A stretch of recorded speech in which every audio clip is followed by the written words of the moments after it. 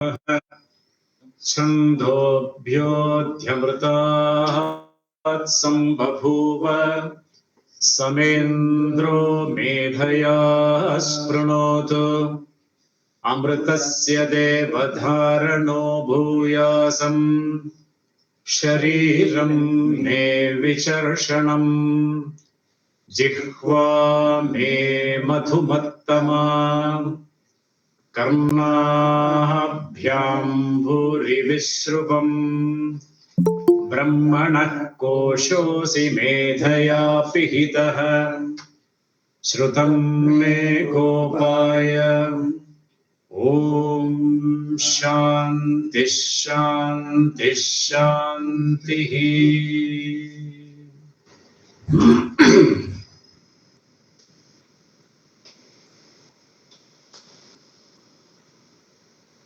The last class we had seen that the vision of the Veda that comes to us through an unbroken parampara,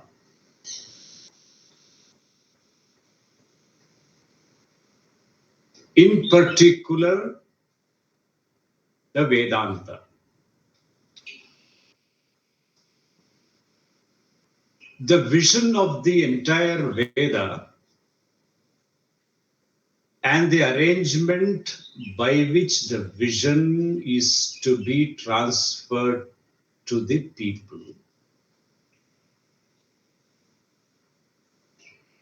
is something that is unique to this culture.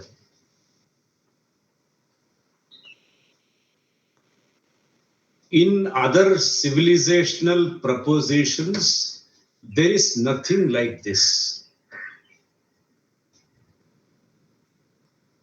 There is no vision that has to be transferred.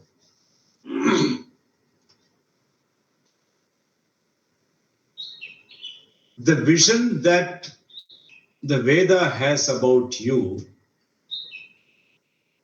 the Vedic vision is you are Param Brahma.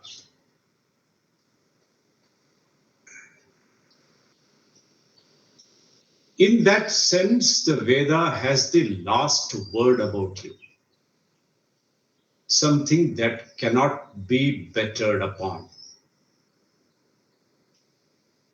Tvam Jagat Karanam Brahma Asi. You are the limitless Jagat Karanam Brahma.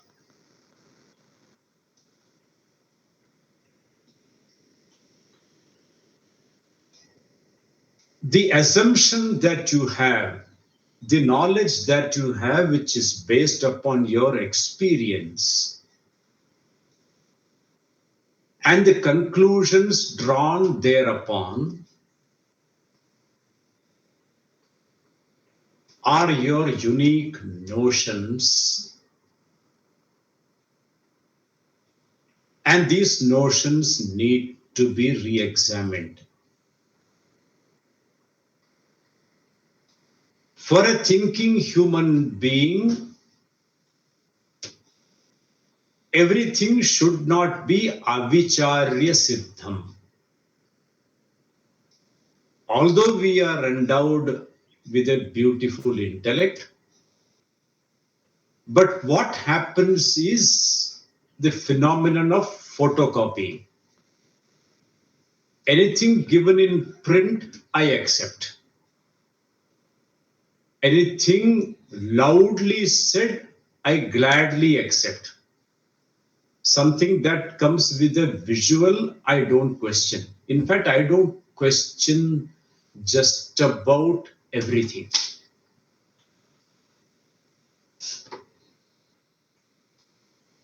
Of course, opposed to this, there are a few people who question everything as a matter of habit. The question happens to be their reaction. So nothing serious about this. Please get me a glass of water. Why? This fellow is called a Prashnavadi. He doesn't want to do any work. That is why he's asking this question. He has no interest in why you want water. is, why did you ask me to get water? That fellow is a Prashnavadi. We are not talking about that. What we are saying is, most of our beliefs, most of our notions are unquestioned. And they form my database of knowledge. Assumptions and assumptions. The human being who grows in experience in this Jagat, though begins with a certain degree of helplessness, later discovers that the summum bonum of life, the real achievement of life, lies in manipulating this world, subjugating this world, subjugating humans, subjugating situations, subjugating phenomena in the world, that they become advantageous to me. Advantageous to me in the sense they help me become what I want to be. What I want to be is in the sense that which will make me fulfilled. What I want to be, particularly because as it is, I am not happy with myself. As it is, I am not content with myself. As it is, I am a wanting person. I am not acceptable to myself as I am. In the material world, it definitely accounts for some progress he makes in the field of gathering some things, having some foothold in this world, so that he feels a little secure and a little pleased with himself. However, the fundamental issue remains. The fundamental issue that he ever remains a seeking person. The vision of the Veda is that you are the whole. You are Jagat Karanam Brahma is a statement that needs to be assimilated. It seems to contradict all my experiences and all my conclusions based upon these experiences, and also the conclusions of all the people around now and before. That is the problem. I am a conformationist because I find people around me are the same. And that justifies my being what I am, my acceptance of things as they are without questioning, because others do the same. This is a common mentality because, like when you fly aircraft, it is different from driving a bus or a car. Yes, yes, yes. It is technically more difficult than this everything you say. Yeah, that is all right. Because the risk is more. This fellow, when it is a long haul flight, you may be happy or unhappy or concerned to know that the pilot is not always awake. And like the driver who is on this road, who can go only on that road, he doesn't have to keep his eyes on the road because there is no road. It is just the open sky. He doesn't have to figure out anything at that speed or at that height. And there is something called an autopilot. Once they climb to a distance and then they are put on a corridor, so there are some coordinates fixed, and there is an autopilot which also does course correction. It also does velocity correction. And this fellow need not physically handle this aircraft.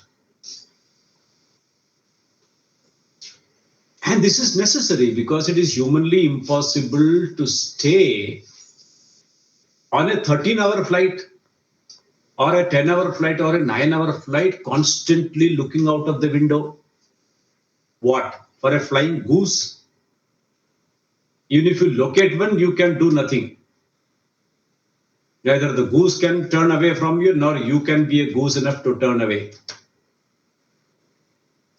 And I think very precious little he can do. So this monotonous thing itself brings about the necessity for an autopilot. And there is, of course, more than one fellow sitting there. There are many people accountable. Bigger the aircraft, more the people. More than merrier, you may say. So for common conductance in the world, for common transactions in the world, it is okay to follow. And therefore, we are followers. Did you follow? When I say did you follow, it means did you understand? But unfortunately, I follow without understanding. There's another kind of follow. And this following is just to make life easy. Everyone is going that way, you also go that way. Statistically, you will be correct. But what you find is once you have grappled with this world, once you have reached your middle age, you find people around you who don't seem to be very happy. Nowadays, it doesn't take up to 40 to discover that. After 25, these wonderful truths start coming out. So by the time you are 30, you find what are people chasing? Everyone seems to be running around. And with the hope things will improve tomorrow. They say there's always a tomorrow, so that things will change, things will improve. But if you ask a person who is retired from so-called active life, that fellow is equally unfulfilled as much as the fellow who is in his 30s.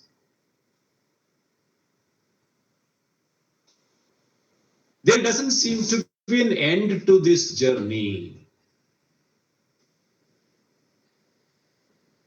Am I in acceptance of myself? Can I live happily with myself?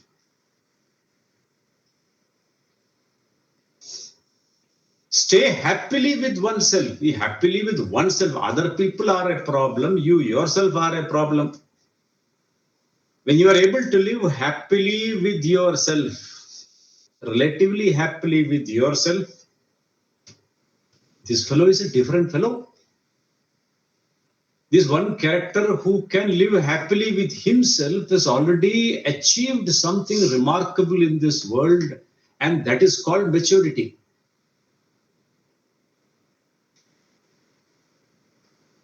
This maturity is called emotional maturity.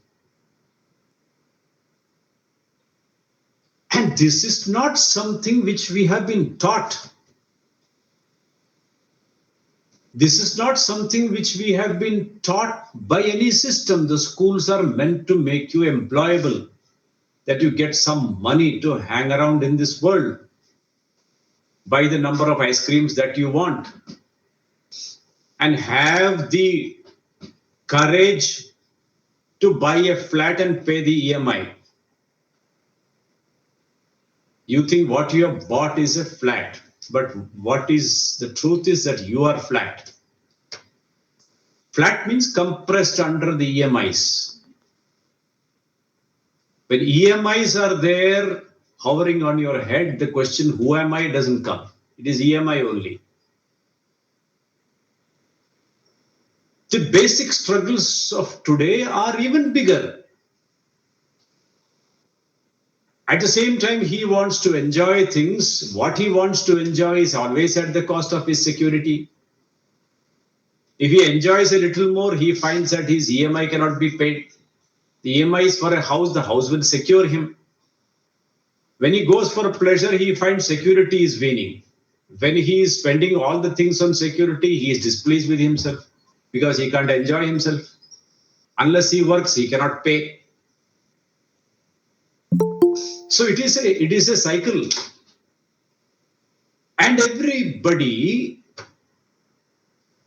there are these two kinds of people. We call them haves and have-nots.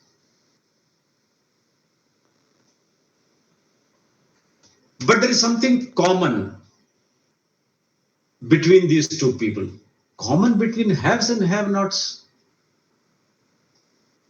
There are people who are haves. They have a lot and are unhappy.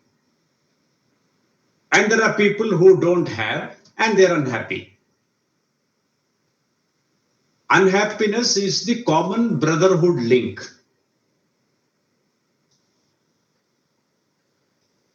And because this fellow is an unhappy person, poaching is possible.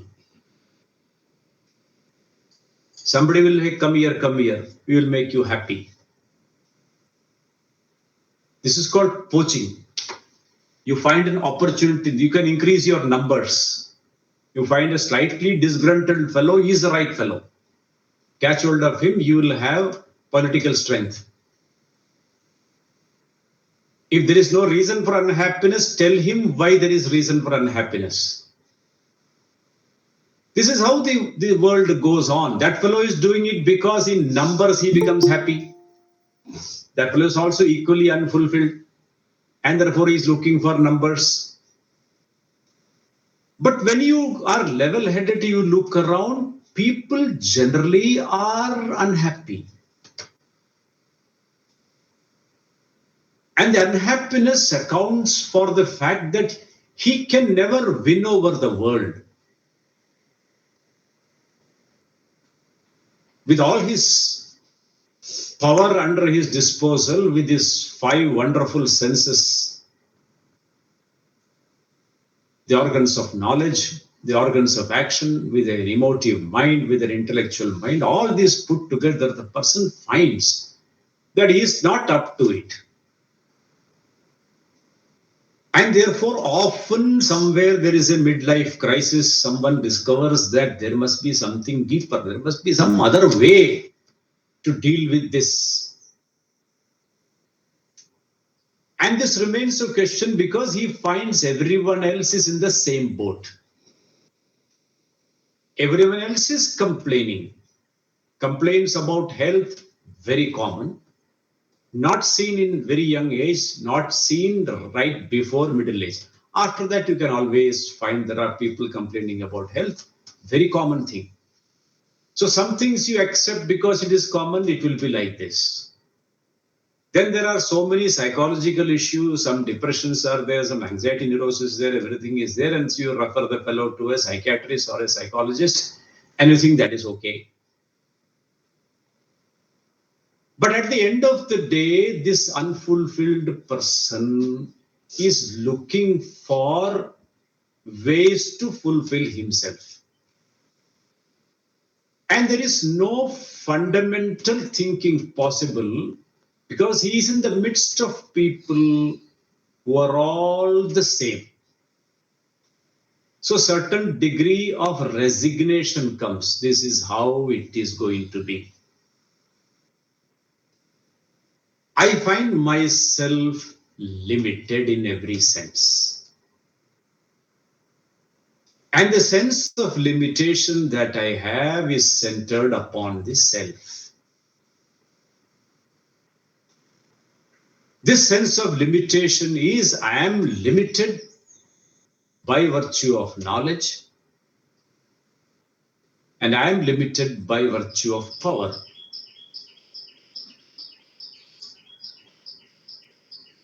I have technically the choice, but my choice does not give the results that I want. So my powers are limited. The knowledge powers and executive powers are both limited, and the world is not always predictable.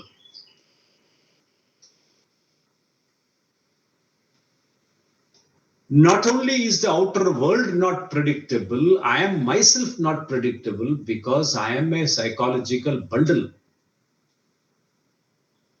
How I end up reacting, I myself do not know. Outside world, you see people, that's a world for you.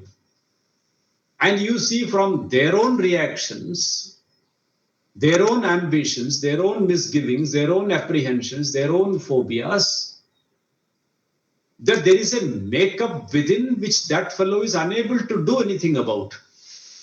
And so too, I have a makeup, I have a baggage which I cannot deal with easily.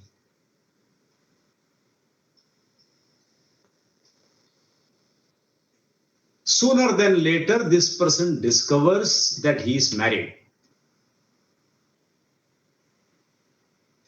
So he thinks 1 and 1 will become 11. But you find that person equally ignorant about these matters, equally not in control of the self. The only common thing is some shared dreams. And dreams are dreams. When hard reality bites them, they find they are not a guru to each other. The way the Jagat is running, these both together now try to grapple with this world.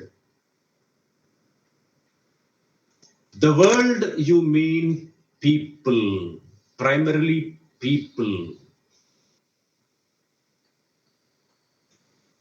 The next is your own body, mind, sense complex, yourself. And the third is experiences outside, the world of objects outside, the world of phenomena outside. All these three, the word used in Vedanta is tapam. Tritapam, adhyatmika, pertaining to oneself, mainly this body, its physiology, and all that. Adi bhautika, from external factors visible and known to you. Adi daivika, things over which you have no control. No one seems to have any control over them. And in this situation, I, with my resources of limited knowledge and limited power, am navigating. And the target is I want to be happy. I want to be secure. Therefore, the person's smallness, the person's inadequacy seems to be natural, but something I have not given a deep thought to.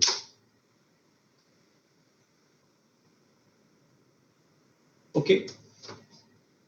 So this is called the problem of samsara, the problem of becoming, where the status of being fulfilled is always a little away from you.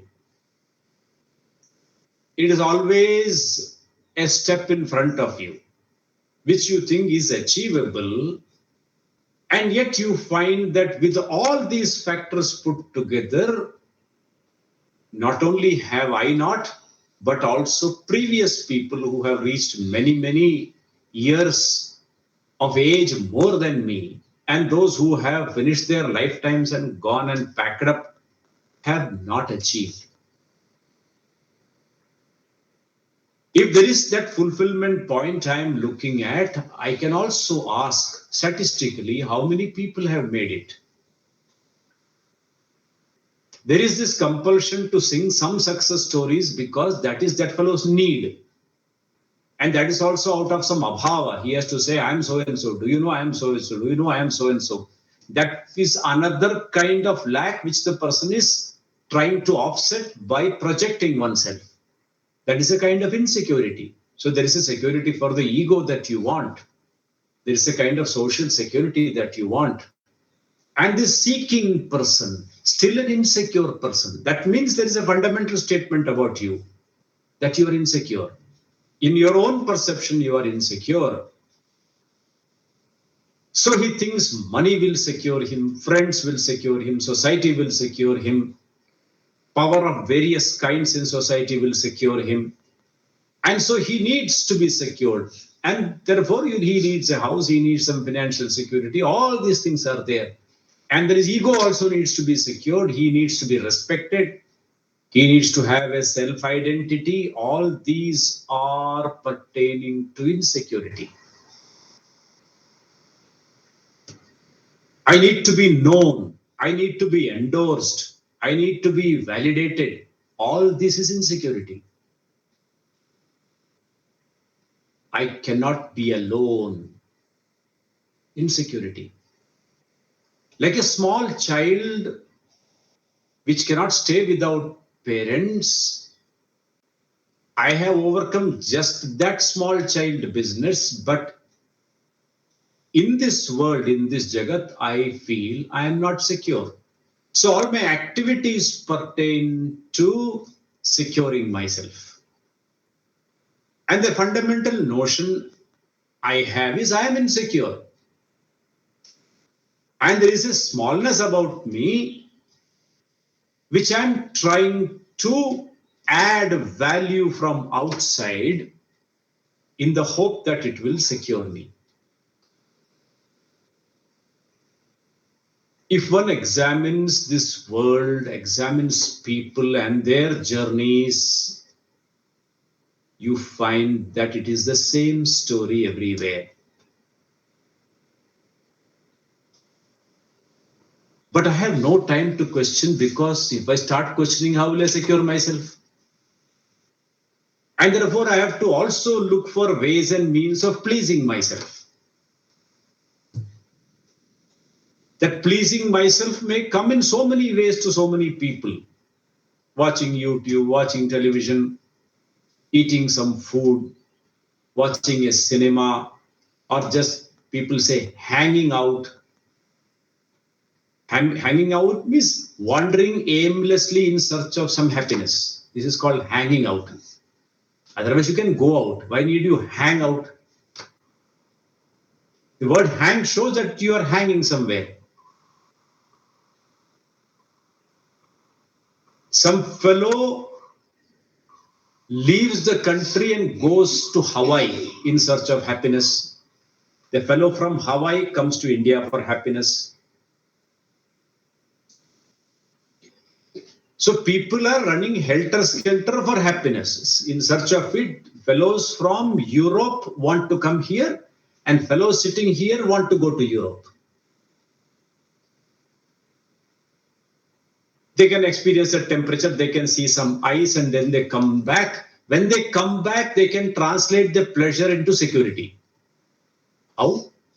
By speaking about it, by sharing photographs. Do you know where I was? Right under the Eiffel Tower. Oh, you were there. Rating has gone up. Security. I feel I have also gone there. But it becomes so common that there is not much. Oh, you went to Eiffel Tower. I also went there.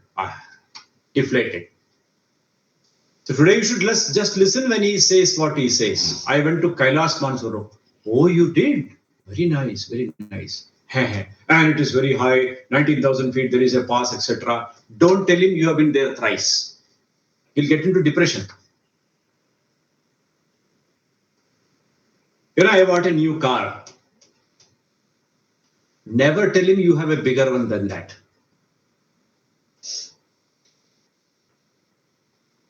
It takes this joy to be deflated, just takes one statement.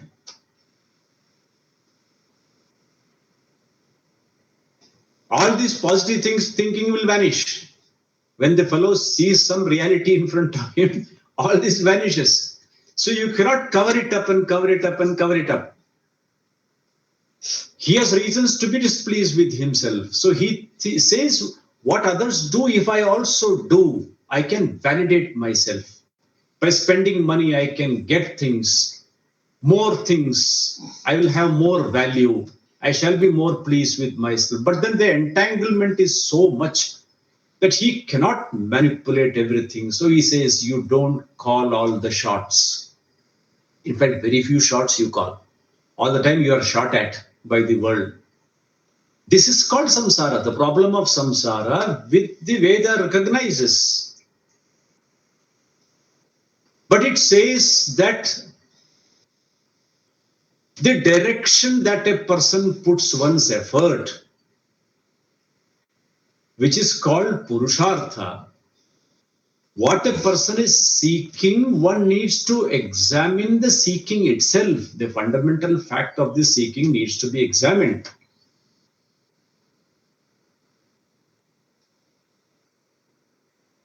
The vision of the Veda is you are Jagat Karanam Brahma, you are the limitless.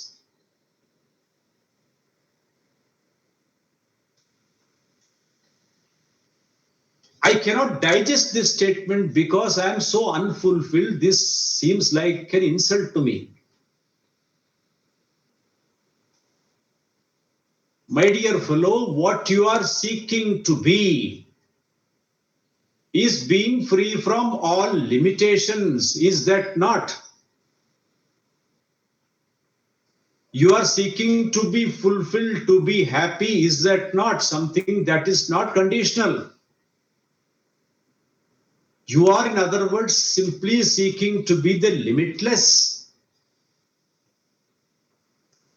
And the limitlessness that you are seeking outside of yourself in a limited way, in a limited world, in a changing world, how is this going to bring about the gaining of the limitless?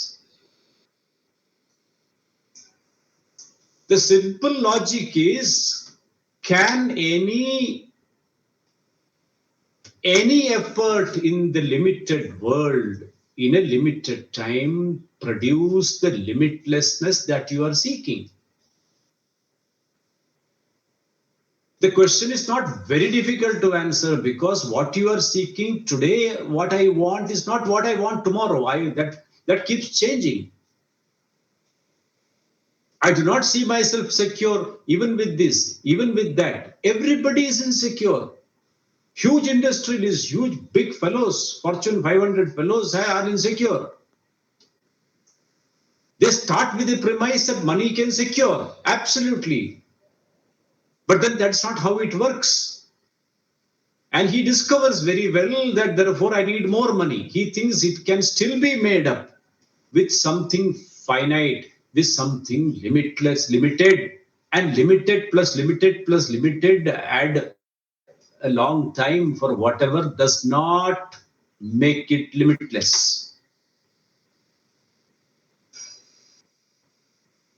The same thing is true about pleasing yourself. With anything that is time bound, anything that seems to be dependent upon the external world, one cannot expect limitless happiness. This seems to be very obvious, but somehow I am oblivious, because I'm generally not thinking, because I trust the wisdom of all other fellows. But if I examined all other fellows, then I find something is wrong.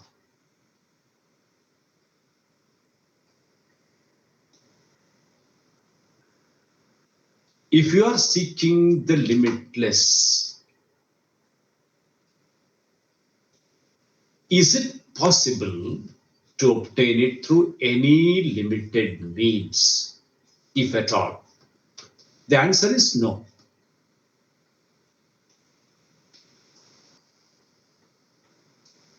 Then what is the solution? This is the fundamental human problem of the seeking person, the wanting person, the unfulfilled person. How is fulfillment possible at all? Leave aside materialism, leave aside religion, leave aside God, leave aside everything. One has to understand that limitlessness is not something that can be created.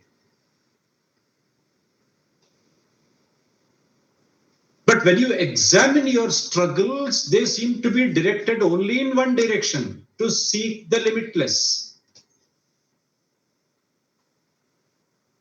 I cannot be content with anything that makes me small, makes me limited. Through all my actions, through all my efforts, through all my learning, I seek something that must be free of limitations. And there are only two possibilities. That shall never happen. That is one possibility. And so you stay bound, you stay small, you stay crybaby, you stay insecure, you stay displeased. That is human destiny. But then why is this tremendous desire to break free? Within every human is the sense of bondage, and within every human is the desire to be free of that bondage.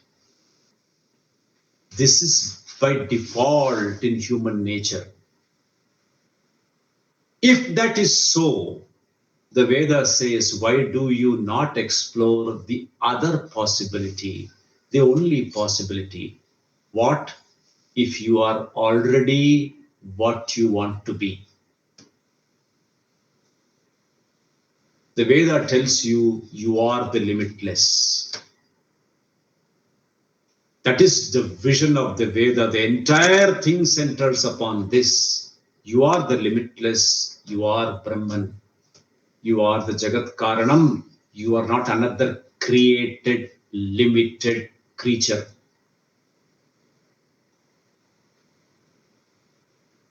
Therefore, that freedom from limitation is not something that is to be gained, but actually that which is already there.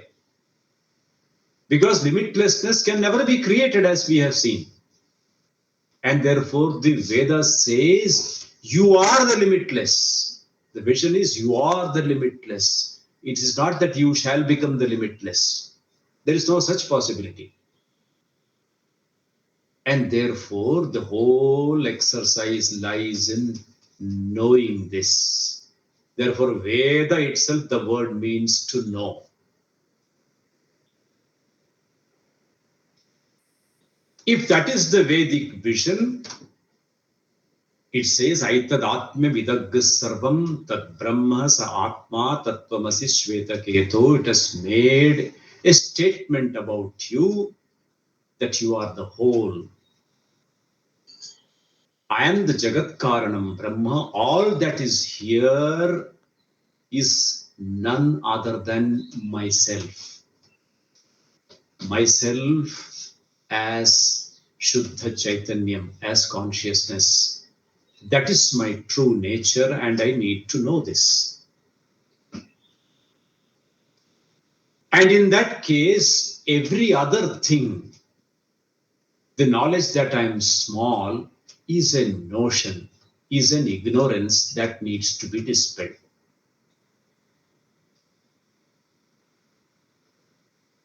When it comes to knowledge, we said that any knowledge requires a preparedness.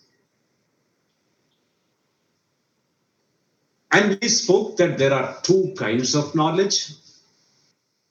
One is the knowledge of all things other than the self, that I perceive or that I conclude. That is the objective world. That is my world of reality, the objective world. Any knowledge pertaining to this is one kind of knowledge, where the knowledge is of the nature of I know this or I know that. It is called the knowledge of the non-self. And there is another knowledge which is called the knowledge of the self, the knowledge of the subject, the knowledge of the knower, called Atma Jnanam. The knowledge of the self, they are fundamentally different. The knower cannot be known by the default means of knowledge, must also be very clear. And it does not require any means of knowledge to know what is self-evident is also clear. And what is self-evident is I am. I am is a fact. I am is something that does not require any means. It is self-evident. That I am, I don't need any means to tell me. For everyone, this is a direct knowledge. The direct knowledge, what is that? I am. Main hu. What I am, however, is not what is known. What my nature is, I do not know. Why? Because I do not have a valid means of knowledge. Very simple. Everything in this world also requires a valid means of knowledge. And based upon those valid means of knowledge, there is inferential thing, which is also a means of knowledge. That is all called pratyaksham. A means of knowledge is called pramanam. The knowledge that deals with the non-self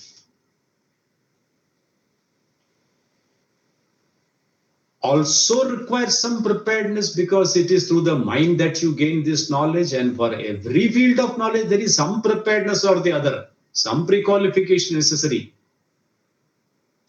Even if you want to enjoy some stories and know some stories, you should know the language. Some preparedness is always there, linguistic preparedness, whatever is necessary. Some knowledge requires some preparedness. However, the preparedness necessary for self-knowledge is again centered upon the self.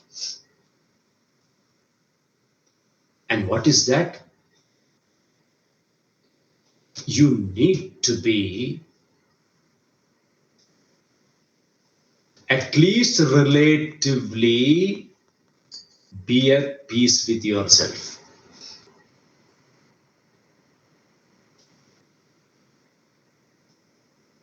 At least relatively,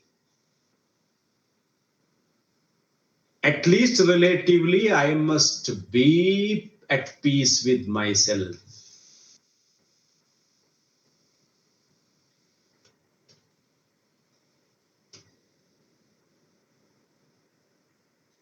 At least relatively.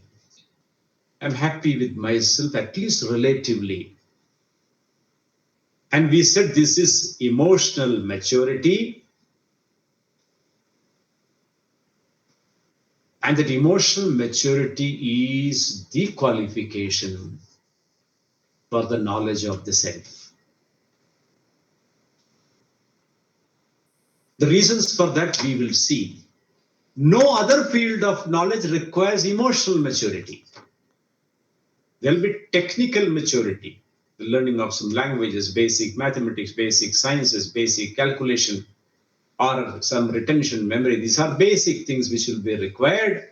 And for each subject, it will be different. That is all there. But then the inner preparedness is a fundamental necessity in Atmajnanam. This preparedness, all knowledge we said requires some sense of preparedness, but the knowledge of the self, emotional maturity is necessary.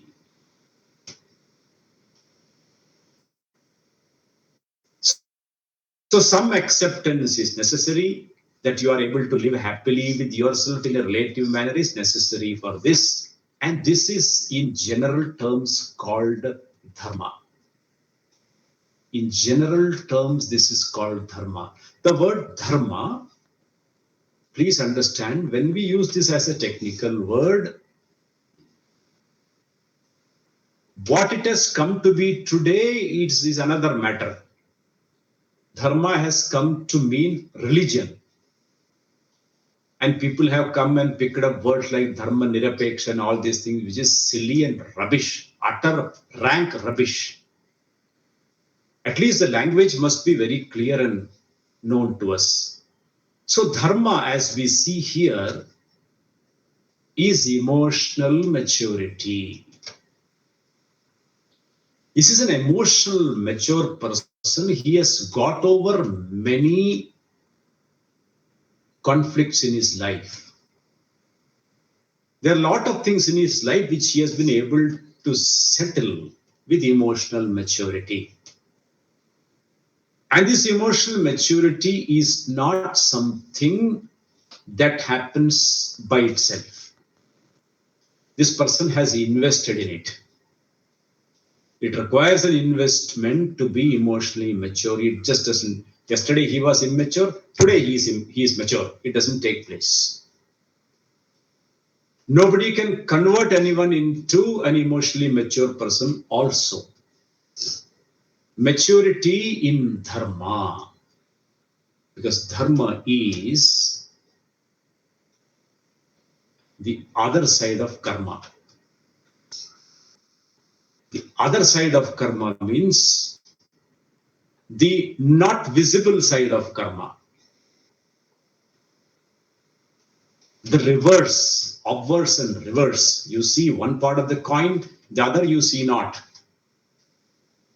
But when you say karma, you have to mean dharma. There is no other possibility, because with every karma, with every choice over action, there is that ubiquitous matrix of dharma, of universal ethics, universal dharma, which cannot be transgressed. For a conflict-free life, a person needs to conform to these universal values. That is sensible to every human being. So there is not a mistake on the part of the Creator, if there is one. If karma swatantrata is given to you, if choice over action is given to you, also the fabric upon which it can be based is given to you, which is sensible to you. That's called common sense dharma. Common sense doesn't mean the common sense of the world. Common sense means commonly sensed by everybody. Nobody can claim not to know it. You slap somebody on someone's cheeks, someone comes to slap you, you want to prevent that man from slapping you.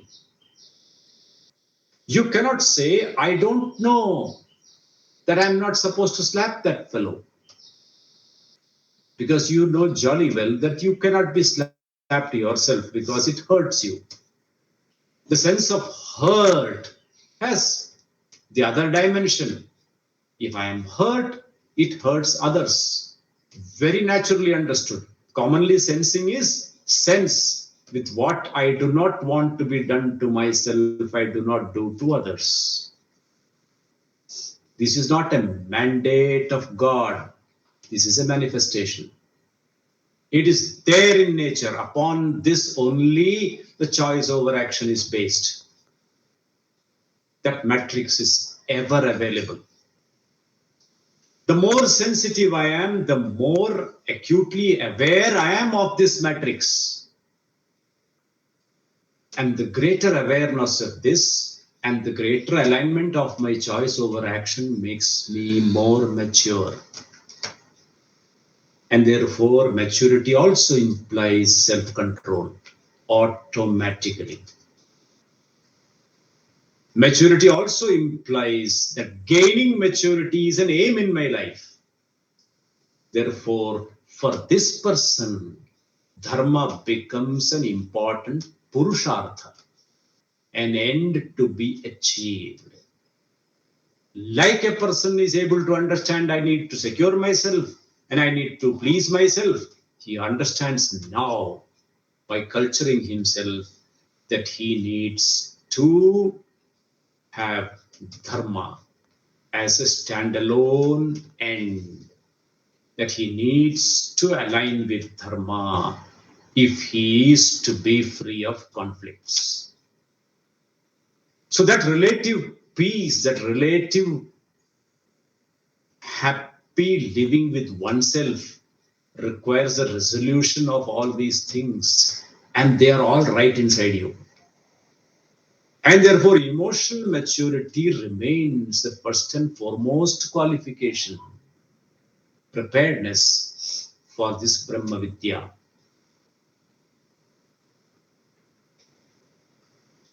If a person sees that he is relatively prepared, in the sense he is at a relative resolution with himself, he can live happily with himself, relatively at least, then his emotional maturity has reached some completeness, and this person can be absolved of his duties towards the world, and he can seek jnanam, atma jnanam exclusively. That is called sannyasa. If I understand, as I wish most of us understand, that we require further preparation, we require to be emotionally mature, and that is still some way to go, then I prepare myself through Karma Yoga. And Karma Yoga is nothing but as a specific attitude towards one's actions. And that is called Ishwararpana Buddhya Karma. In order to gain that same maturity, I need to work out. This workout is work done with a specific attitude, a knowledgeable attitude. While at the same time, this is called Karma Yoga, while at the same time, the person pursues knowledge. Knowledge being the common pursuit, there is a committed lifestyle of a sannyasin where he is absolved of all duties, or there is a committed lifestyle of a karma yogi. This is called Vividha Nishtha. And this two-way lifestyle is prescribed, advocated, recommended by the Veda in order that someone can understand the vision. The whole exercise is for this, that you have the capability, the possibility of knowing yourself and freeing yourself. Therefore, the Veda has a lifestyle also available for you to be able to achieve this final human goal. That goal is to free oneself, that is to know oneself as the limitless, which is the vision of the Veda. And therefore, if you still need inner maturity, you have Karma Yoga. This we have seen. We also saw that in the Geeta that we were discussing in the 4th Adhyaya, Bhagavan says, Imam Vivasvate Yogam Proktavanaham Abhyayam. And we also saw that knowledge has what we call an eternity about itself. And eternity is called Nityatvam, and Nityatvam also is of two kinds. One is called absolute Nityatvam, Paramarthika Nityatvam, and the other one is called Pravaha Nityatvam. Pravaha Nityatvam is the availability as a flow. Even as you go to Rishikesh and you go to our ashram and you stand in front of Mother Ganga, the fact that you call that river Mother Ganga shows you perceive the flow itself as an entity. It is a flowing, changing pravaha, and it has got a certain nityatvam. People 1,000 years ago also called it Ganga. You also call it Ganga, although the water keeps changing. Taking cue from this, you have something which is called Pravaha Nityatvam. And Pravaha Nityatvam is regarding knowledge. The knowledge of this world also, the knowledge of this phenomenal universe also is built into the universe. Nobody creates knowledge. This is something of an humbling fact about knowledge. What is, is. You may discover something, and that discovery is about something that is there. You do not create knowledge. Whether it is a microcosm or the macrocosm, that jnanam is there because this jagat, this srishti is jnanatmika. The whole creation is nothing but knowledge manifest. In every bit of this, everywhere, you find jnanam, jnanam, jnanam, jnanam all the way. And therefore, in a jnanatmaka srishti, nobody can say, I'm the inventor of knowledge. That is silly. So it is preposterous to say there is Newton's law of gravity. Newton might have been knocked on his head by an apple to discover this out of chintanam, of an extant law of gravitation. In fact, several centuries and many millennia before this fellow also, it was known to mankind. It is highly preposterous to think he is the first man who knew, though there may be some first man somewhere. But then discovery of knowledge is not creating knowledge, not inventing knowledge. It is there. So even in this manifest world, manifest jagat, what knowledge obtains is there, is puratana, is always there. What has been there, you discover.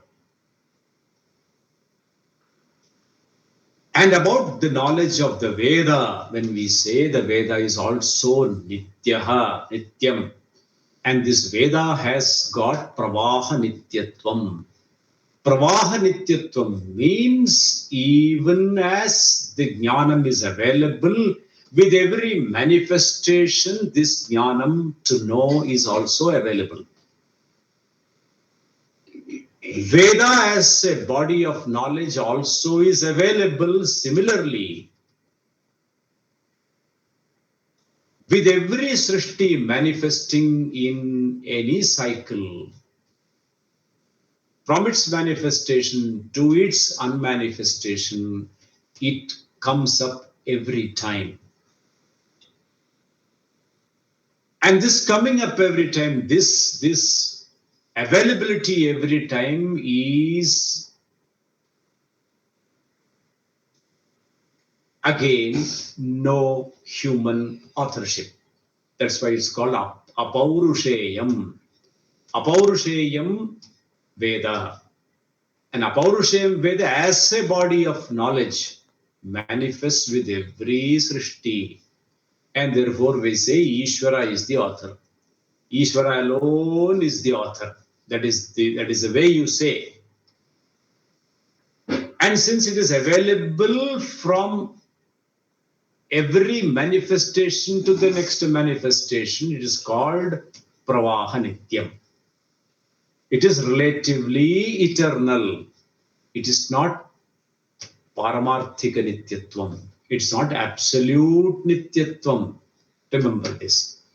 This having been said, so when Bhagavan in the Bhagwad Gita says, Sa evayam maya tedya yoga prokta puratanaha, the same I have told you today.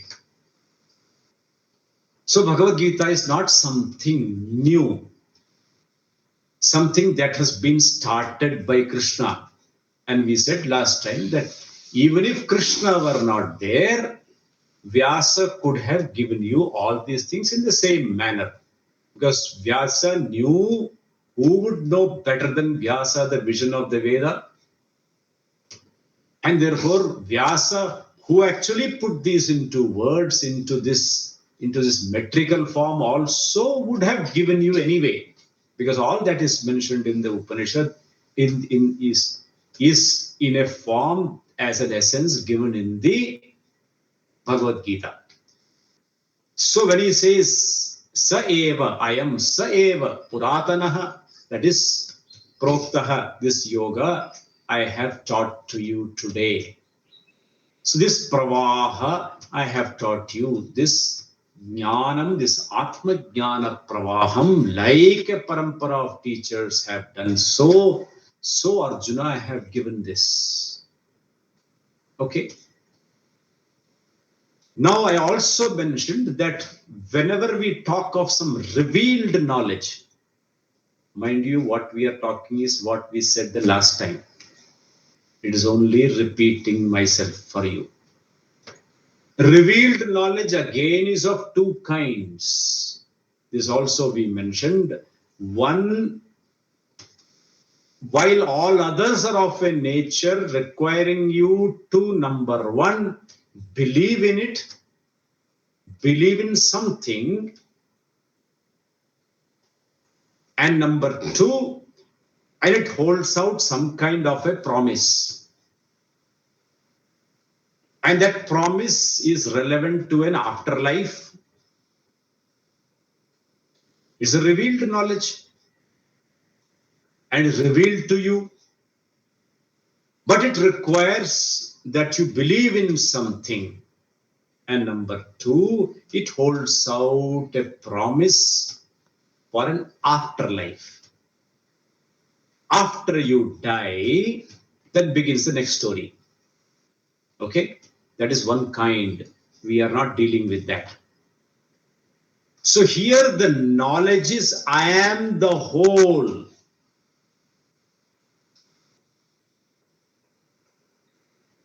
The vision of the Veda is I am the whole is something to be known, something to be assimilated here, now. There is no promise held out to you. You are the subject matter of the Upanishad, the Vedanta, and the vision the Vedanta has about you is you are the whole. Aham Jagat Karanam Brahma or Tattvamasi, I am Atma Brahma. This has no kartavyata. So you do this and then this will come to you. There is no do this business. This is to be known. There is a way of knowing, of course, that is not discounted, but it says, I am the whole. I am Purnaha, Purnoham, and this needs to be known. It is a revealed jnanam that needs to be understood. Okay. This Pravaha Nityatvam and Paramarthika Nityatvam also we saw. Vedanta does not have something of a common subject matter. The subject matter is not something which is commonly known and appreciated by people. This also we must know. Just like toothpaste is available everywhere, pan masala is also available everywhere, so it is not available. Why is it not available? You should reach out. Shout through newspapers, shout through television channels, social media, that, this, blah, blah. So there is something that can be asked. Someone can always ask, why is it that this is not commonly seen? Itni bhayankar baat hai of such tremendous import, then why is it not commonly available? So this is not therefore a commonly available subject matter. Always very few students. Vedanta alone will have the least students in this world. In the Geeta also, Bhagavan says this. It is not something that this should be preached, broadcast and taken to everybody and then this is a gospel kind of thing. It is not so. We have already said there is a preparedness necessary. That emotional maturity is necessary for this Atma Jnanam should tell you that it is not commonly available. In fact, any worthwhile knowledge will not be commonly available. You can have people coming and knocking your doors and say, here is one book, now please start believing in this, and you'll have this and you'll have that, and the promises are held out and belief is shown to you. You will never have a good physicist coming and knocking your door and say, I will teach you principles of motion, thermodynamics. Nobody worth his salt will do it.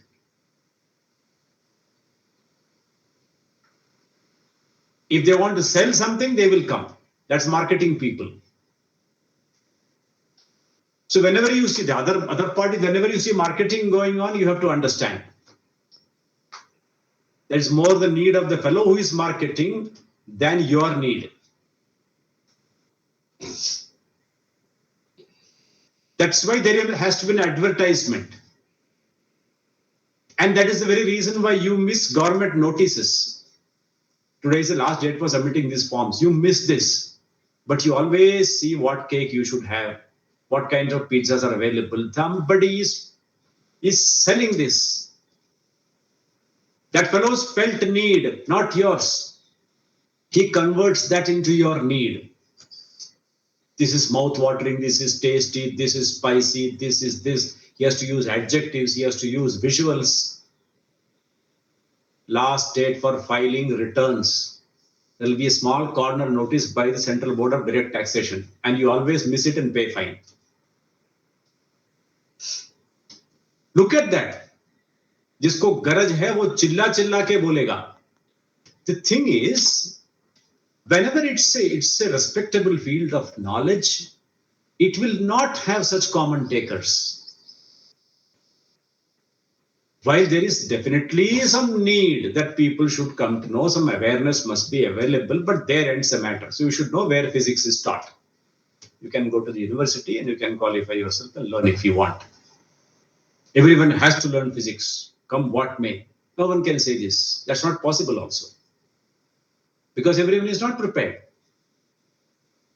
Nobody can make these things compulsory because everything requires a preparedness which everyone may not be prepared. And this has got a special necessity, and therefore you can expect the least number of people to come to this inquiry. Manushyanam sahasreshu kaschit yatati siddhaye.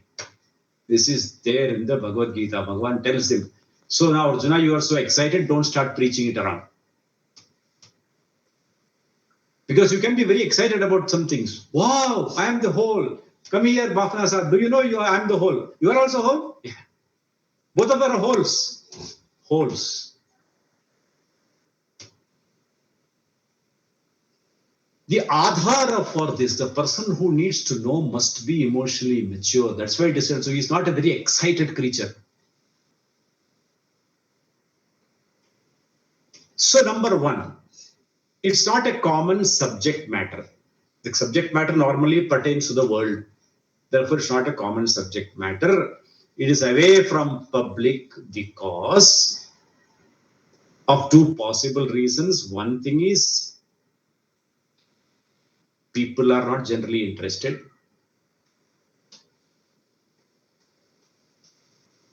Number two, it is possible to wrongly understand this. It is possible to misunderstand this, and therefore the teachers in the teaching parampara have decided that it is not commonly available. It is available. It is not commonly available. Everyone cannot claim it as a right because it requires some preparedness. Without the preparedness, even if this is given, the person has no way of knowing it. The preparedness is not an ordinary preparedness, and therefore it speaks. Having said that, one thing needs to be understood, that it is better to listen to Vedanta without any background.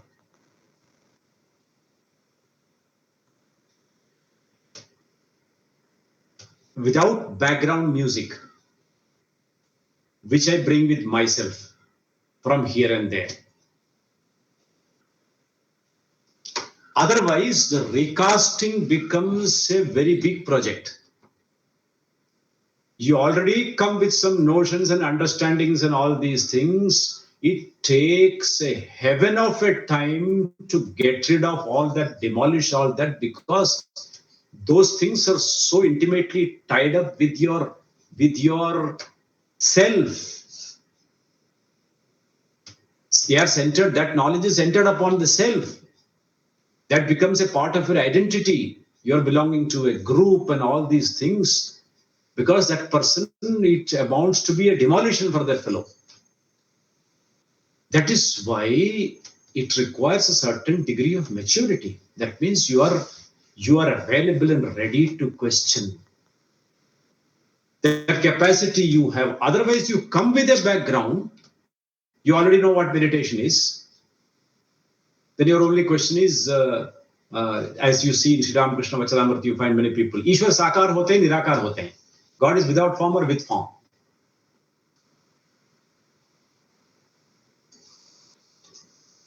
The root of this tree, this problem this fellow has got, is like a eucalyptus one.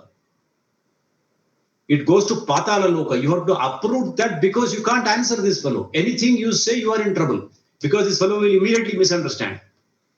And therefore, recasting this becomes a big problem. People coming with the created notions by some schools, this or that, it requires. So that preparedness must be a commitment to truth. And therefore, I have to allow, sometimes painfully, my previous notions to be demolished. So my fidelity to the Shastra is in allowing this to happen. In science, it is available. There is a structure. You are taken to a science class, and then you are shown what are observations and how a scientific observation is, what a scientific temperament is, etc. is there. It is part of the curriculum. And in spite of all this being taught as general science in classes up to the 8th standard, middle school, 80% will not take science. You can understand. And somebody will go for sociology, political science, geography, that is able to everything except science. See, because they set up parameters for evaluating the observed phenomena, and that these have to be there so that you can be objective. All this is to be cultivated. So it requires a mind, it requires a preparation. So here also you should be prepared to be, in spite of all that, scientists also can hold on to dogmas. And since here the subject matter is the self, it is all the more important that a person is free from too many entanglements. So there has to be a relative resolution. A person without that background, therefore, is a better candidate. He is emotionally mature, doesn't have too much of a background, it's all right. Otherwise, I come from this sect, I come from that sect, and then I have a problem. Because he's already got some understanding that after this much of sadhana, some light will come. It is then he will hear some sounds. If I start hearing sounds, I will think he has got Meniere's disease and send him for ENT department. If somebody is having some sounds coming into his itself, you sometimes call it auditory hallucination. So it's a narrow boundary between normal and abnormal. Once you are clear, number one, you are not looking for another experience, mind you. These things must be thoroughly clear, because every experience is limited. By its nature, it is limited in space, time, everything. I am not looking for something limited, therefore, period. I am not looking for an ordinary or an extraordinary experience, must be clearly understood. I am looking for the limitless. That is the self that I am told. I am looking to know the truth of the self. Please understand very clearly that no meditation will take you there. No experience in any meditation will take you there because it is an experience. However mystical the experience is, it does not appertain to knowledge of the self.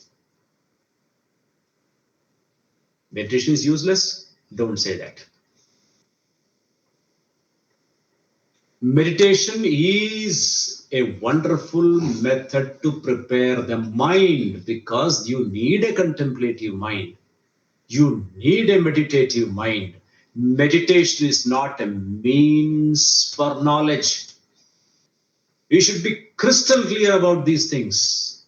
Knowledge requires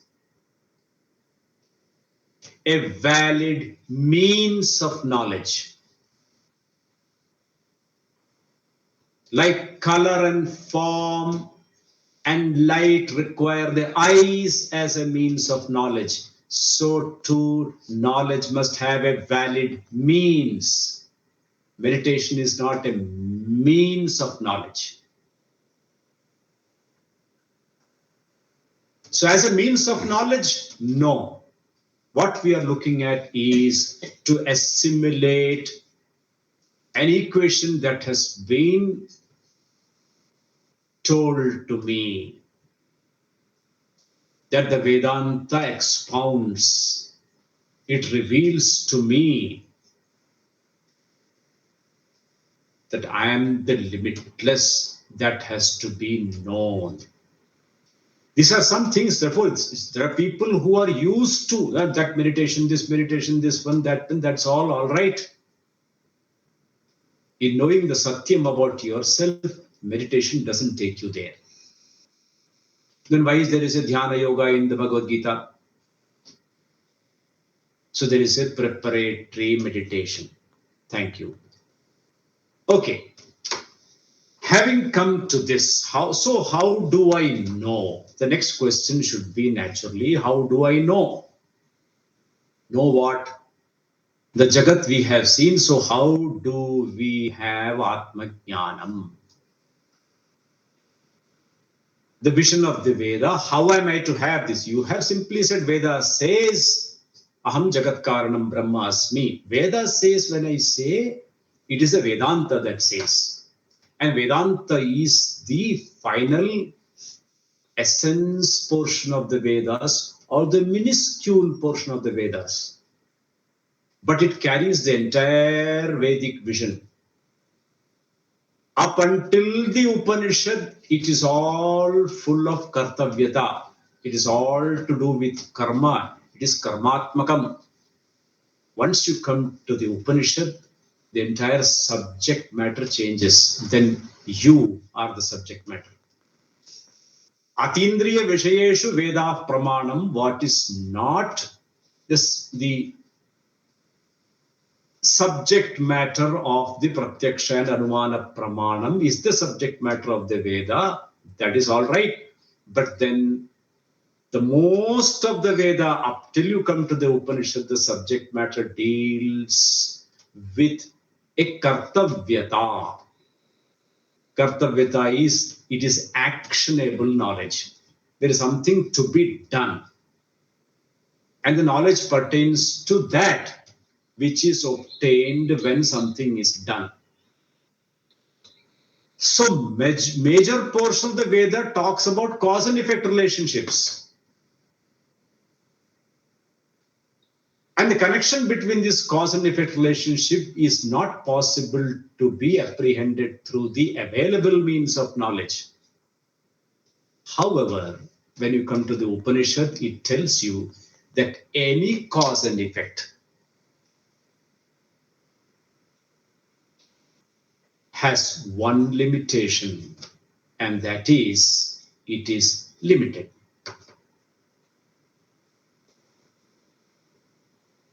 Any cause and effect in this Jagat is limited. Every action is limited, so every result is necessarily limited. And my dear fellows, you are not looking for something limited. So Don't waste your time. Oh, the same Upanishad about the previous part of the Veda will say this. Parikshilokan karmachitan brahmano nirvedamayan nasti akritah kritena. So it will deal with all the Veda karmas and then say in as many words, Plavahyete adridha yajna nauka. That in the Mundaka Upanishad is a revealing Shruti. That is also Shruti. It is a Pramanam, but it tells you about all this cause and effect. But when you are seeking is the limitless, this does not help. It is of no value whatsoever. That is this huge portion of the values, the Veda, the Vedanta simply dismisses as of no value when you are looking for the limitless, looking for moksha. And that is what you should look for. In knowing that you are the limitless Brahma Vastu, I am Atma Brahma, all this is of no use. In the same Veda, this is Vedanta is a part of Veda. In the sense, the Shabda is a part of the Veda. The last chapters of the Veda are called Vedanta really. That's called the Upanishad. But the subject matter is entirely different. Subject matter is the subject himself. Once you come to this, then you will legitimately ask. You should ask how to gain this knowledge. Is it not? Very few will ask. But if you ask, since we were dealing with the fourth adhyaya of the Geeta, Bhagavan mentions in this fourth adhyaya itself, he says, Tad vidhi pranipatena pariprashnena sevaya upadekshanti te jnanam jnaninas tattvadarshinaha.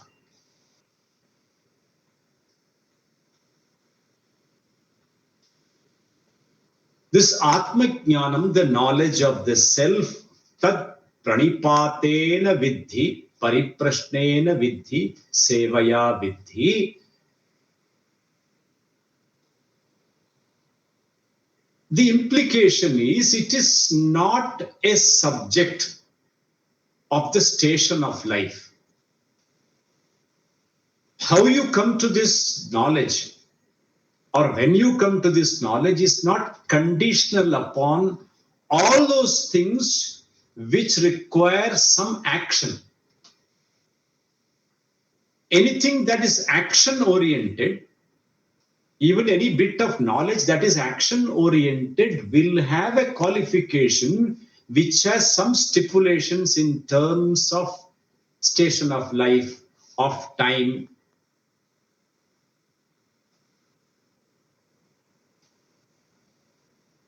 But when it comes to Atma Jnanam, you must be an adhikari. That is it. You must know this when you are a brahmachari. Or you will only know this once you get married. You will know this once you quit married life. Once you will know this when you become old. Old enough for this knowledge. When you can hear no more.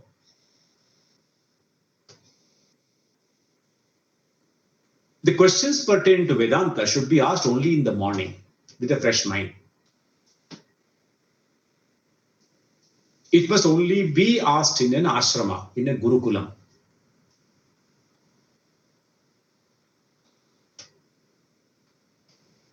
These external parameters are irrelevant to Brahma Jignasa.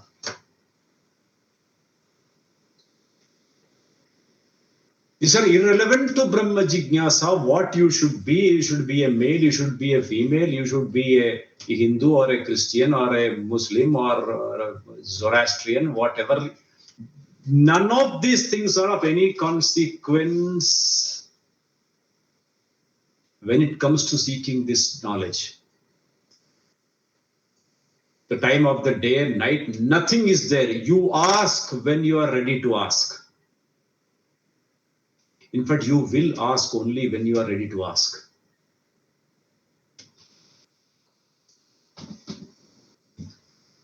The Brahma Jignasa has no such, like the why this is said is because in the Veda it is there.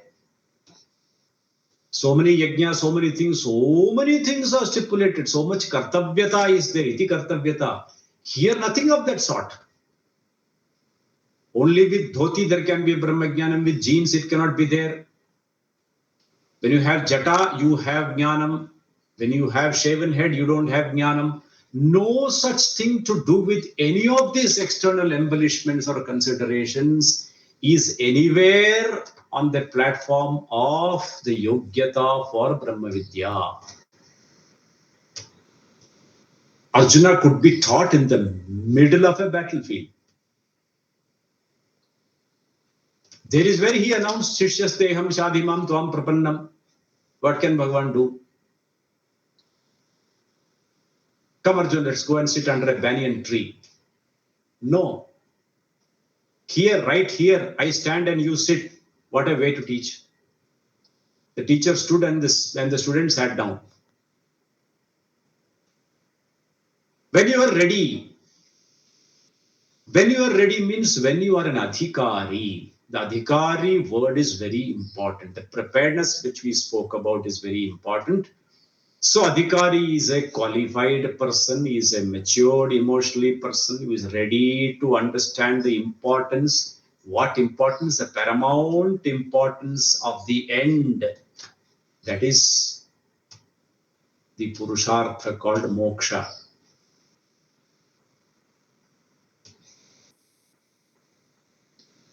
And he is ready to understand that knowledge is the means to this end. So far in his life, action has been on the center stage. Anything can be accomplished only by doing something, by some karma. So the paramount importance of karma is here.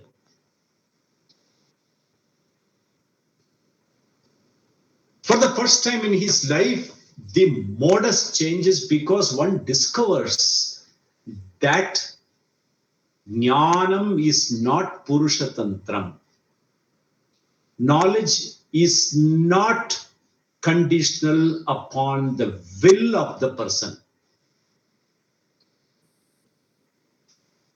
Action is.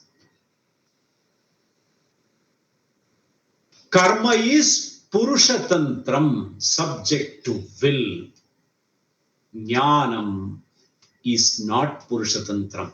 It is Vastutantram.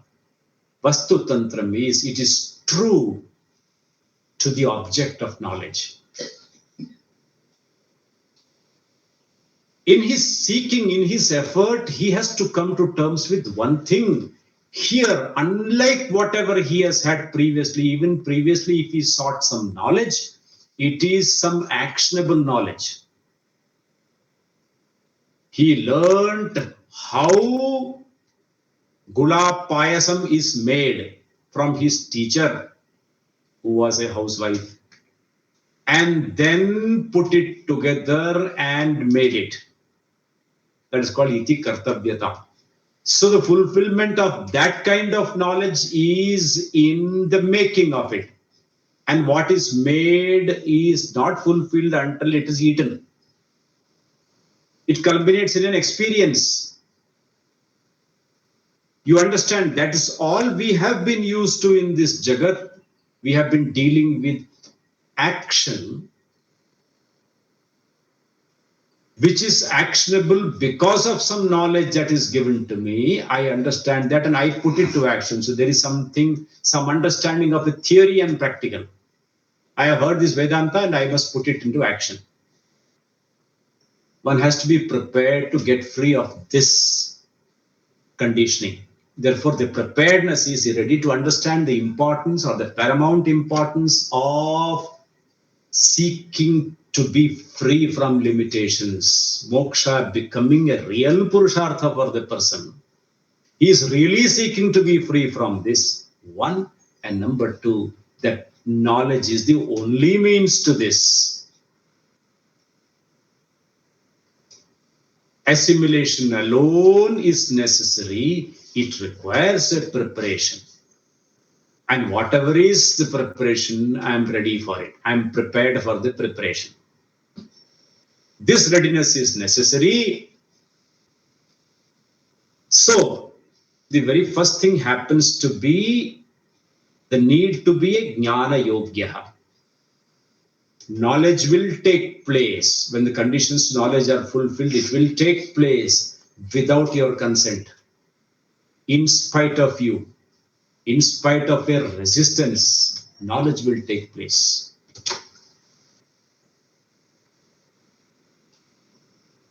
Do you see this? What is this? Even in computer language, they call it a mouse. Of course, with a long tail. There are ones without tail also. Remote mouse, cordless mouse. But this is a mouse.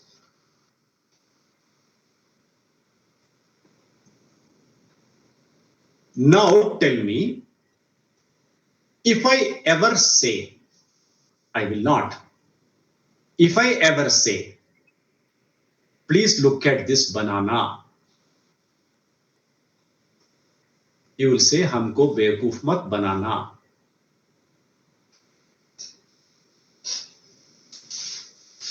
If I possibly say that,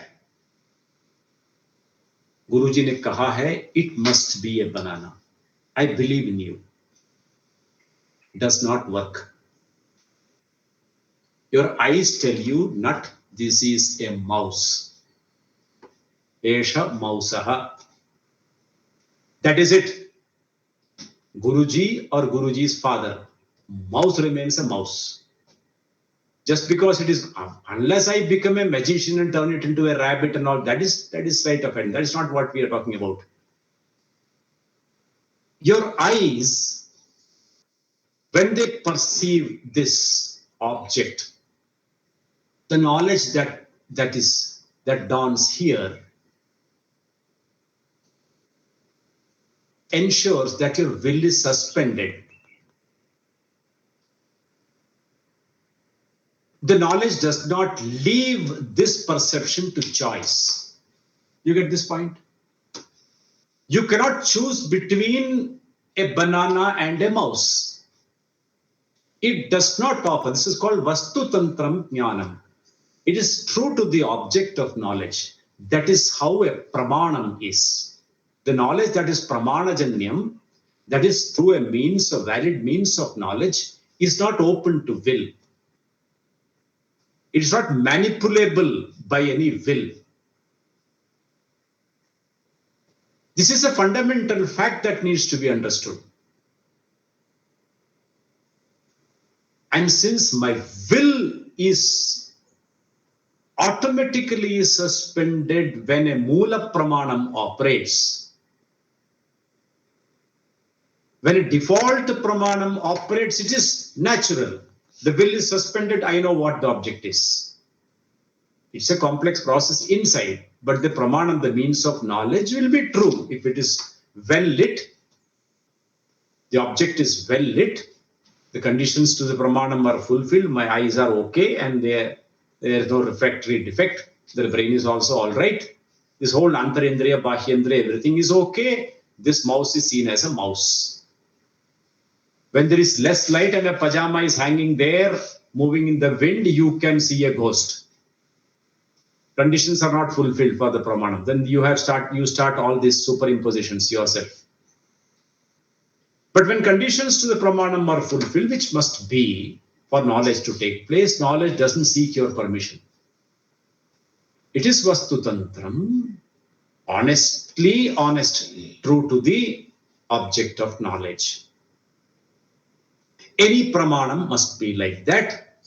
So we see the nature of knowledge, how knowledge takes place. This must be understood. So when we come to Vedanta, this knowledge requires that I have a clean understanding of this at least. Okay. So two important conditions for this jnanam, how this jnanam is gained before tadvidhi pranipatena, is two primary conditions. And these are what?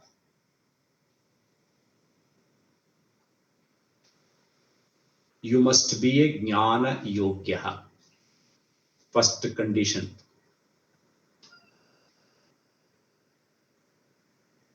You know how this knowledge is to be gained, by what means it is gained, is secondary, that we will see. The primary thing is you must be an adhikari, a prepared person. And number two, the knowledge has to come from a person who has this knowledge. Primary condition, it doesn't come from a book.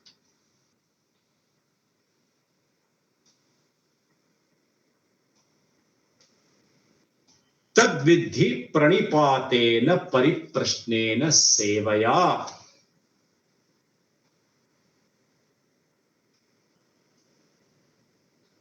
The Gita Acharya uses these words, having found such a teacher. We will deal with some of those things. Having found such a teacher, you must be ready for what is called pranipata. Tadvidhi pranipatena. Assuming that you are a prepared person, pranipata is offering namaskara, prostration, to a jnani, to whom you go to be taught. This pranipata is a symbolic gesture that I am willing to offer my ego at the altar of knowledge, to ensure that my ego does not pose problems. A proper attitude to the teacher is implied here. A certain surrender is implied. A certain surrender is implied. The readiness to give up the ego, as I said, and the readiness to give up the ego is to know. So when we do a namaskara, a Sashtanga namaskara, I am not here, I have not come here to hold up my knowledge against your knowledge. Even the attitude of a student of science,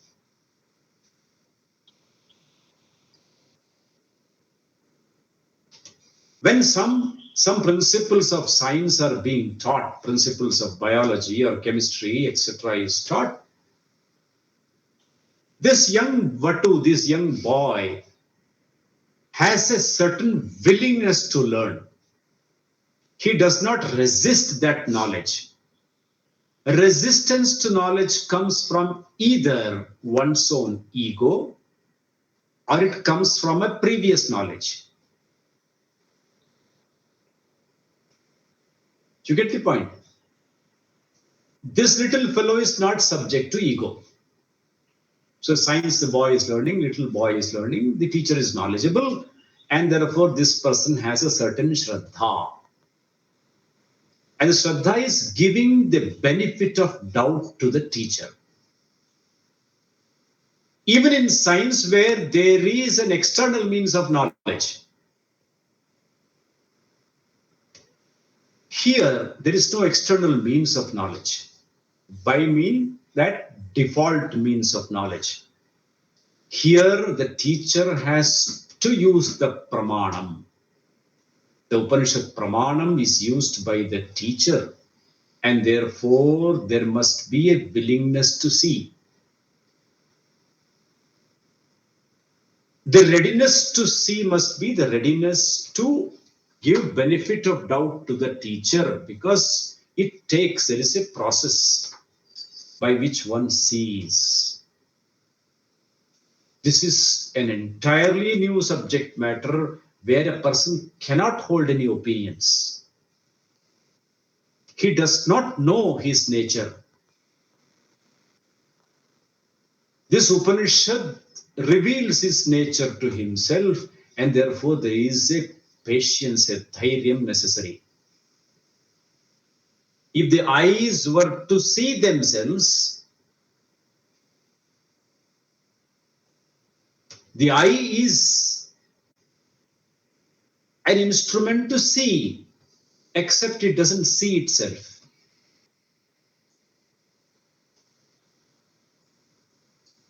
If the eyes have to see themselves, you have to hold up something to the eyes that is a mirror to the eyes. You must have the patience for the mirror to be held up, a distortion-free mirror to be held up. Upanishad is that mirror. It does not generate that knowledge. You extract that knowledge. Extracting knowledge through the Upanishad is called Jnana Yoga. But one has to first understand Upanishad as a valid means of knowledge. How? And the difficulty, as we have said, is because the person has not been exposed to anything other than the knowledge of the non-self. Therefore, the person is in an entirely new charter, entirely new space of investigation, the subject. And therefore, that being sukshma, that being unknown, for which he has no pramanam, there is no other way than to have a shraddha. Once the vastu is known,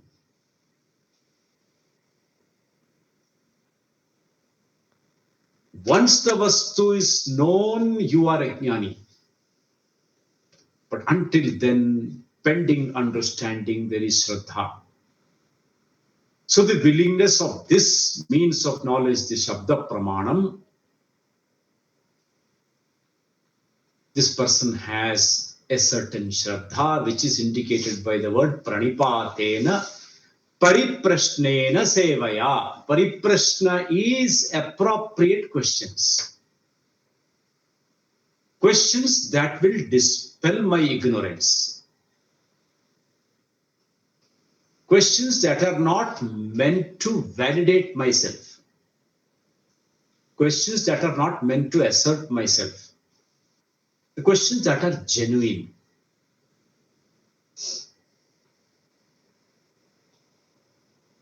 The questions that are appropriate to the prakaranam.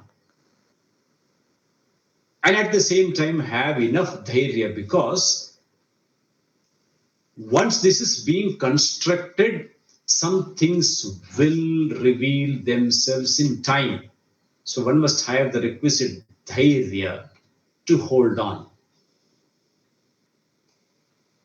Once you have to pass a string through all the eyelets of a curtain, you have to wait till the last one has to be put in. Then you can put it like a purse string also. So as you build the prakriyas, one has to be there. One has to be available, because it is something very unique, something that has never been the object of your inquiry, something that the mind is not used to. Therefore, a lot of Lot of inner changes also take place, and a person has to be available. So that is pariprashna, is in order to assimilate what the teacher has said. Sevaya, when you say, it implies that there is a bond between this teacher and the student.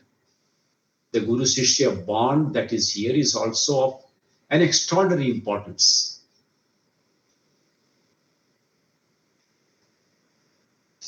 In all other streams of knowledge, there is some other equivalent to this knowledge which is used as a transactional medium.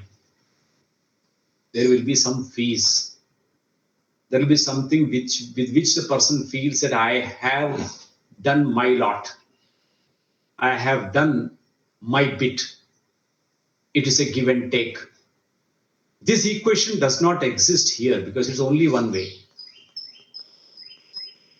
And since there is no equivalent, you cannot give anything to your teacher, possibly in return for this knowledge. Once that is there, there is some ranabodha that a person has. And for this seva is mentioned. One does seva to the Guru, the seva that the teacher may want. What he may not want, please don't do. This is also necessary. Because I have to do something, so I will do what I want to do. Just now, 4 fellows have pressed your feet. The 5th fellow also comes. He says, "Arey, it is hurting me. Don't do it." So it is the seva that the Guru may stand in need of. He may not, he may. So the seva connects you to the teacher. It expresses your willingness to learn. You please the teacher with your seva, and therefore the teacher will open up. He finds a person who is not a resisting person. Suppose I have to see something for the first time. By birth, I had cataract, and the doctor has removed that cataract. And now this person is asked, now open your eyes and see your father. I cannot see. Hey, open your eyes. I will not. Oh, you first prove to me that I will see. Then I will open my eyes. My dear boy, just open your eyes. You'll see your father. No, you first tell me the logic. Why? How will I see my father? With your eyes. No, I cannot see with my eyes. Well, that is the problem that has been solved. Now you can open your eyes. I will not open my eyes. If I cannot see, the pramanam will work. But the operator of the pramanam, the Shabda pramanam operator, happens to be the teacher. And then you must allow the teacher to build the pramanam. And that is called Shraddha. And therefore, Tadvidhi Pranipatena Pariprashnena Sevaya. Pariprashna is there are fundamental questions. Koyam Bandhaha. What is this sense of limitation that I feel in the samsara? I wish to understand this more elaborately. I have concluded that there is limitation in this world. I have not been able to tangibly define this. Koyam bandhaha. The questions like this. Kathamesha agata. How has this bondage come to be in the first place? Katham vimokshaha. How can one possibly be free from this? What does it take to be free from this? What does it mean to be free from this? Maybe questions like that. We are just mentioning, not that you have to ask ritualistically these questions. No, the questions will come up. Certain questions will get answered in due course as this Shruti progresses, as the teaching progresses, because it is first a scaffolding is built and then the scaffolding is removed. That's what must be understood. The Lakshartha is understood, not the Vachyartha. So there is an exercise that one has to train oneself into. Anyway, so you win the teacher over by your seva, etc. That is by prashnena sevaya, with your devotion, commitment to knowledge. Te jnanam upadekshanti. They. The plural is used they because For reverence also you use Gurubhyo Namaha. Otherwise, singular is Gurave Namaha. Gurubhyo Namaha. Or to many teachers. One can have many teachers. So, Gurubhyo Namaha or Gurave Namaha. Adara Suchakam Bahuvachanam or Bahulya Suchakam Bahuvachanam. Bahuvachanam is a word used to indicate more than one teacher or the teacher out of respect. So, they jnanam upadekshanti, they shall teach you. There will be an upadesha. The upadesha is mentioned here. Jnaninaha tattvadarshinaha. So, what is now added is the teacher himself is spoken about here. We will deal about with the subject of the teacher a little later, but that Bhagavan has mentioned here, Jnaninaha tattvadarshinaha. The tattvadarshinaha word is included in this, specifically mentioned in this, underlined in this for a reason. To say those who have a clear vision, those who have a clear vision of the truth, and those who are wise, jnaninaha, te eva jnanam upadishanti. A clear vision of the truth, not a muddled vision of the truth. There may be a person who knows the Shastra. There must be a person who knows the Vyakaranam, but is not clear.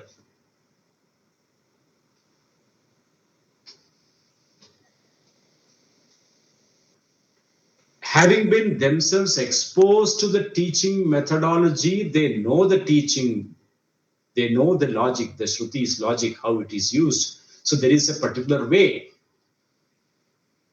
It is never from the books that we said. It is impossible to have it from the books because that doesn't produce this. It's not possible. A teacher alone gives this Shruti logic. He has to, in the mind of the student, build up this pramanam. In the mind of the student, build up the pramanam that holds as a mirror, and you transcend the words. Therefore, he must know the teaching methodology through the sampradaya. Some know the Shastra, some know the logic, some know the grammar, and they may be also teaching. But they have some pratibandhakas. Pratibandhaka means certain obstacles to their own clear knowledge. Such a person cannot teach. Such a person cannot be a guru. As long as he himself has stumbling blocks to this knowledge, doesn't have a clear, doubt-free vision of the Satyam, the person cannot teach. So this Tattvadarshinaha, those who have, they clearly see the truth about themselves, the truth of this prapancha, this jagat, the Satyam of the Ishvara, this as being one. A clear vision, a doubt-free knowledge alone can teach. So Tattvadarshinaha word is used. They have known the Satyam as Aham Tat Jagat Karanam Brahma in a doubt-free manner alone can teach. The real Upadesha, the teaching, Upadekshanti Te Jnanam, is when the words that are spoken, the word of the Upanishad that are spoken, the word that is used in the teaching are spoken by one who is himself the meaning of these words. It becomes an Upadesha only when the words spoken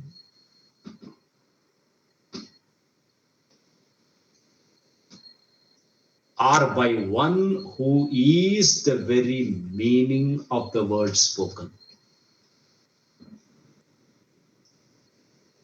He is not the one who knows, the one who is the very meaning of these words, because the jnanam that takes place is I am this. So that knowing the words is not sufficient. The one who knows, who uses the word, is the very meaning of that word. Such a person is called a Tattvadarshi. The inquiry can take many forms, as we said. In Mundaka Upanishad, after introducing you to the Parampara, this very knowledgeable person called Shaunaka, a rishi called Shaunaka. Shaunaka is the chancellor of a university, a man who is a master of many vidyas, multidisciplinary teacher. To find a teacher of this caliber in land is an impossibility, because those times these teachers were universities with themselves. I once mentioned this, some people called Mahamahopadhyayas.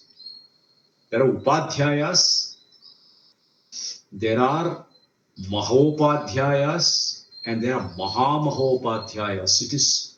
They are people with gargantuan intellect. For them, they don't depend on books. The level of Saraswati Kripa they have is astounding. And they handle many subjects. Mahamahopadhyaya, whose knowledge in those respects is free of doubt. Walking encyclopedias, not Britannica. It is impossible for us to comprehend how these people have such a vast knowledge and such a deep knowledge in so many disciplines. That is why they are called Mahamahopadhyayas. To meet even one of them is like you are sitting in front of a sun. We don't see this in the modern setup and universities. You don't find that. There will be some fellow master of his subject, understandable. But this kind of people, it's a rare sight. They are becoming rarer and rarer. That's another matter. Meeting one of this person is a life-changing experience. You are dumbfounded because you see Saraswati sitting in front of you. How that is possible is another matter of understanding. But that there is something like that, you should please understand. This Shaunaka is described in the Upanishad with the adjective Mahashalaha. Mahashala is a multidisciplinary master. He happens to be the head of the department of all the departments. And the students don't even have to shift classes. He teaches various subjects to various people. It is interesting to mention, many of you would know, we have one Vasudevanji in Jaipur. His father was the Venerable Ramanatha Shastrinaha, Karekudi Ramanatha Shastrinaha from Ramanathapuram. And he was an Asthana Vidwan, a gem of the Kanchi Sabha.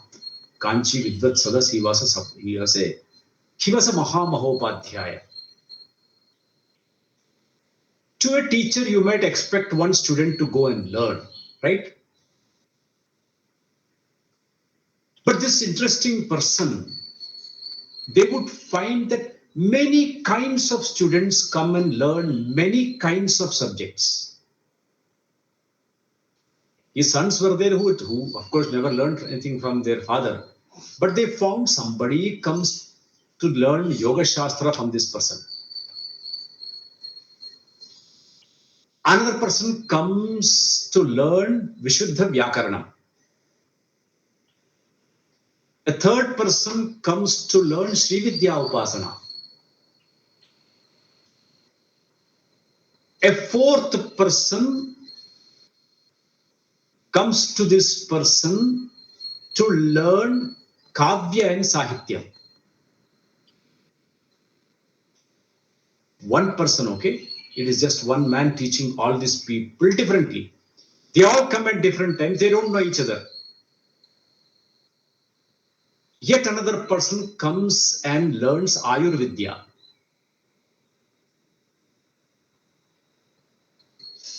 And of course, there are people who come and learn the Vedas from him. The Samhita, they come and learn from him. Because he's a Mahamahopade Shastrinaha, so they have fixed time. They all come. For Upasana, he is the guru to all those people who have learned Sri Vidya. And he himself had a teacher who is a sannyasi. Not so all that parampara is there. He has got a picture of that person in there. But that is not open to anybody else who does not come for Sri Vidya to him. Vyakarana is taught sitting outside. You can listen to Sutra and understand nothing because it's a very highly qualified person who has come to learn. When Kavya and Sahitya Shastra is being taught is another person. When Yoga Shastra is being taught is another person coming on another day. When this great man left, he passed away, people came to inquire. There was somebody who used to teach Jyotisha Shastram here. Where is he? Jyotisha Shastram? I don't know. They said, in this house he used to stay. In this house only we used to stay and our father was here. Yeah. You are his sons? Yeah. He used to teach me Jyotisha Shastram. Oh. After some day comes along this person who is a Vyakarnika, established Vyakarnika. So he has come to clarify some point in Vyakarana, meta language. And looking for his teacher. Years later, these people have come. Each person comes inquiring about that person. What medicine is to be used in that condition, someone has come to learn from him. And they find that their father was a master of so many different subjects. And that is why every month or so, Kanchi Paramacharya used to send for him, call him. There's a Vidvat Sadas, and there is an important point to be clarified. Only Mahamahopadhyaya will come and simply resolve it. No too many books were found in this person's house, except some of his own notations about, for example, Saundarya or something in Sri Vidya Upasana. And they would say some prayogas they have written, which is unheard of. Nobody would know. Yoga Sutra Bhashyas he used to teach only to yogis who separately used to come. That is a Mahamahopadhyaya. Remember, Shaunaka is little more than that. He has an entire university where he is the head of the department. He may have some other faculties there, faculty members, but he is the prime. Know all. It is this person who now goes because he is unfulfilled. There is some sense of unfulfillment he has. For he says, I know so much about so many things. In-depth knowledge of so many things a person has. Remember, it is possible to have. But this person wonders, if there are 10 disciplines that I know, there are 20 that I do not. The knowledge in this world seems to be endless. A lifetime of a person or the intellectual prowess of a person cannot crack the mysteries of the universe, of human endeavors, of all branches of learning. It is so vast. And then I find frustrated because I can never know everything completely. I want to know this world. I'm applying myself with all my sincerity, and I discover that I'm up against an unsurmountable wall. It is not possible, I think, it's not possible to know. And that makes me sad because I'm after knowledge.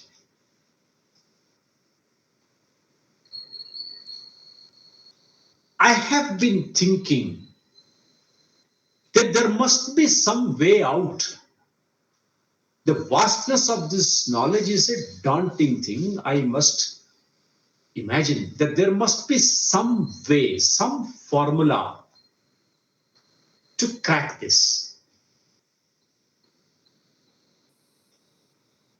That it is available for learning, it is an open thing, but it may be that I'm missing something fundamental, something vital, somebody of exceptional knowledge. Some great rishi may be able to help me out because I'm quite, after having gained a lot of glory, I am the best man in the field of knowledge industry. Shaunako Havai Mahashalaha, glorious person, must have already got some Padma Shris, etc. Everyone wants to come and learn under this teacher because he's magic. The person seems to know everything. A certain rishi by name Patanjali used to live in Chidambaram. And it is written about him, known about him, that he used to teach 1,000 subjects to 1,000 different disciples living in the same campus at the same time. Chidambaram was a very well-known place of learning in those days, and that is Patanjali, the same Rishi Patanjali, who also wrote the Mahabhashyam to Panini's Vyakaranam, the person who has composed the Patanjala Yoga Sutra. And there are many more things ascribed to Rishi Patanjali.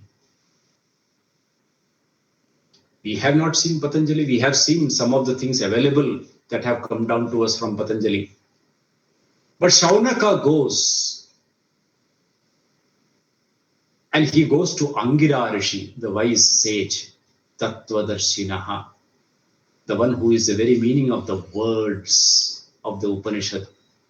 And to this wise man, he goes and asks a question with a pointer. O Bhagavan, Kasminnu Bhagavo Vijñate Sarvamidam Vijñatam Bhavati. O revered sir, what is it knowing which everything is as well known? Is as well known. There must be something fundamental. What is that? What is that knowing which everything is as well known, as good as known? Because if I put knowledge serially and try to acquire it, I can never reach its end. The Srishti is Achintya Kalpana Rupa. Not possible. A lifetime is insufficient and it bothers me a lot. And there is a Sanketa. There is a pointer. He says, as if Yathaikasmin Mritpinde Vijñate Sarvam Mrinmayam Vijñatam Syat Tasminnu Bhagavo Vijñate Sarvamidam Vijñatam Bhavati. Once gold stands known, it is deemed that I have known everything that is made of gold. However varied they may be in shapes and forms and uses and names, and everything must be having its own way to make, etc., and its own purposes. Once I have known the gold, every ornament stands known. Everything in the gold world stands known. Clay having been known, every pot of clay is known. Every implement of clay is known. Every plate of clay is known. Every glass of clay is known. Every cup is known. Every house is known made of clay. Every brick is known. The clay world stands known to me. Is there something fundamental like this? Knowing the Upadana Karanam, the material cause of the clay world stands known. Similarly, is there something knowing which all this stands known, as if known?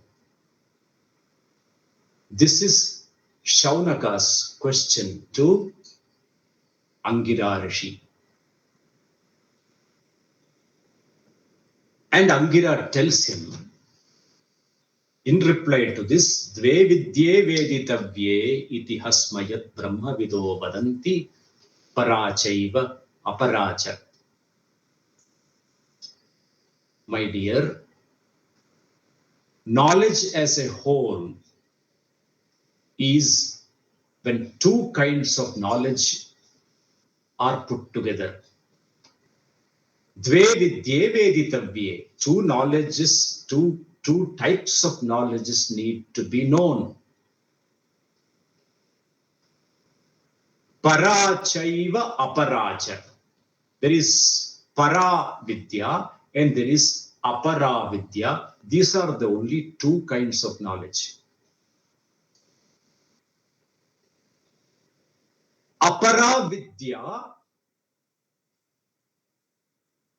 is a vidya which deals with everything that is the non-self. And the entire literature in this Jagat, in this world, in an attempt to know this world, in an attempt to know the mysteries of this world, every interpersonal relationship and everything to do with jivas, all that knowledge you can imagine about this manifest universe is dealt under aparavidya.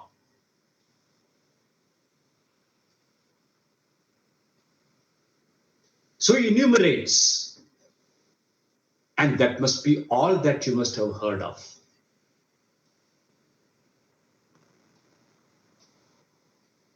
Since the world opens laterally and vertically as namni namani, one name holds within itself, within its bosom, many more names.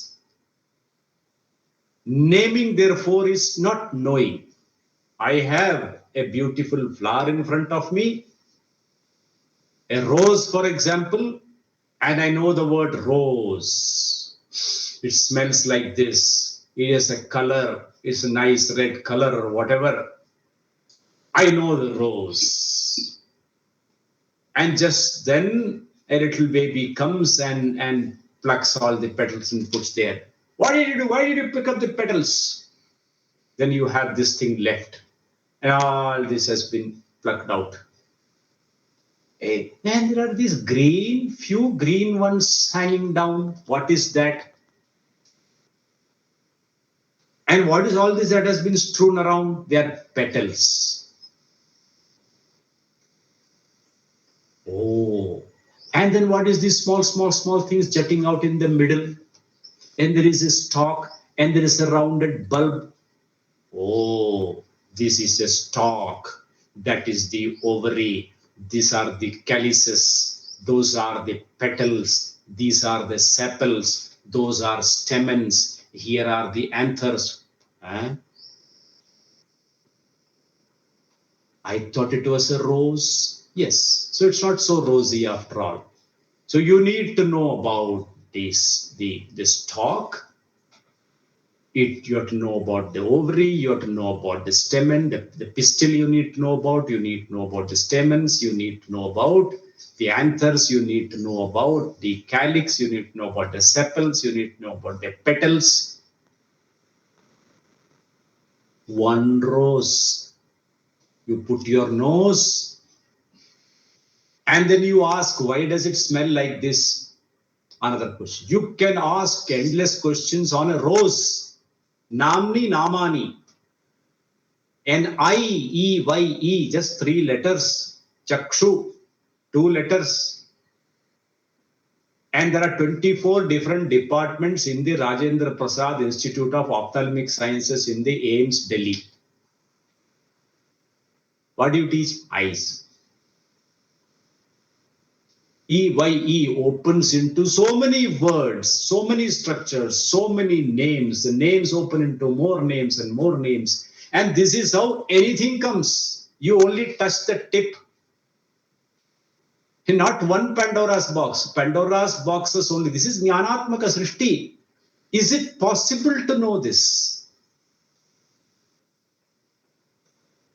You have answered the question. Is there a possibility to know this in a fundamental way? Then this is apara that deals with this, because this knowledge is endless. The Srishti is unimaginable for anybody because unimaginably infinitely complex. Every single thing here is that. That is why, that is how this is called manifest knowledge. Achintya, impossible to imagine with a limited instrument of knowledge called your mind. So there is no possibility of knowing. The other vidya is called para vidya, yaya tadaksharam adhigamyate. The other vidya is one vidya called para vidya, by which the imperishable reality behind this nama rupa is known. All that you have enumerated as this manifest jagat is the perishable.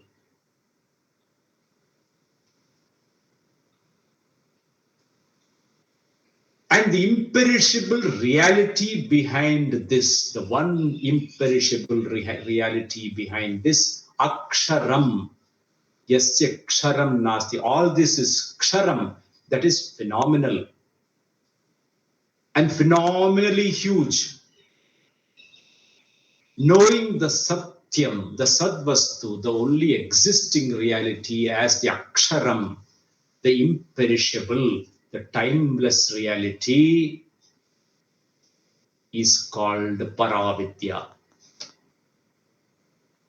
And my son, the world in its depth and detail, in details, is impossible to know. However, the limitless can be completely known. You're asking about two orders of reality. One is the Satyam, is one that can be completely known. It is only the whole that can be completely known, the Satyam about the whole that can be completely known. That is Paravidya. And that Satyam, that Purnaha, is you. The truth of you is this. You are the Purnaha, and therefore it is Paravidya which must be known. Sarva Vidya Pratishtha, this is the Vidya which needs to be known. Knowing Apara Vidya, the details will not be over in any number of lifetimes. That is the complexity in Namni Namani, that is called Mithya Jagat. The Satyam of this can be known. In fact, that is the only thing that can be completely known. If there is a complete Vidya, it is only Brahma Vidya, it is only Atma Vidya, it is only Paravidya, the knowledge of you, the truth of you. Shaunaka has been opened to another dimension for the first time. The Upanishad begins from here. So the Sishya, Chaunaka is a Sishya, a very qualified Sishya. He has come to this problem through a different route of the frustrating efforts one can put to know everything. The Sishya comes to the teacher, the Shaunaka, comes to the teacher, Angira Rishi. We need to know who this Shaunaka should be, who the Sishya should be, who the inquirer, seeker should be. Who is this person whom the Upanishad calls Adhikari? This person with his preparedness is called an Adhikari. So you and I have to be Adhikaris. Adhikari doesn't mean an official. This Kachra language leads to Adhikari means officer. Adhikari means officer. जिस व्यक्ति को office में sir कहते हैं, he is the officer. Adhikari. You just fall in line. I don't know why. Unquestioning. Adhikari is the one with the Yogyata. The one with the requisite qualifications. The meaning is not the one who rules over. That is a rudi meaning, like Sushrusha, Seva Sushrusha. But the real meaning is Shrotumicha, Sravanecha Sushrusha. Similarly, here Adhikari means who is the qualified aspirant. That qualified aspirant, Pramata, we will speak about. Today we have already gone beyond the time because you needed to connect with the last one. The next class we shall see who this Adhikari is, who you and I have to be. What is this emotional maturity called Adhikari? These are interchangeable words. The emotional maturity being the preparedness. What is that? That is Chitta Shuddhi. What is that? Adhikari. Who is Adhikari? Adhikari is a Pramata. This Adhikari, Pramata, must be known. Adhikarinam ashaste. The Prakarana says Adhikarinam eva ashaste. Adhikarinam. To the Adhikari alone, this knowledge is possible. To the Adhikari alone, this knowledge is possible. So the primary condition we are talking about is Adhikaritvam, and that Adhikari, Adhikarinam ashaste phala siddhir visheshataha. If this Vidya has to become Saphala, the only mandatory condition is the Adhikari. So it lies with you. The primary condition lies with you. And the condition we will shortly see the next time. But the knowledge has to take place in this mind. If the knowledge has to take place in this mind, the mind must therefore be ready for that knowledge. That is the Adhikari. For the mind to be ready for this knowledge, the mind has an Adhikaraha. So Adhikaraha is with some self-effort, the person comes to this.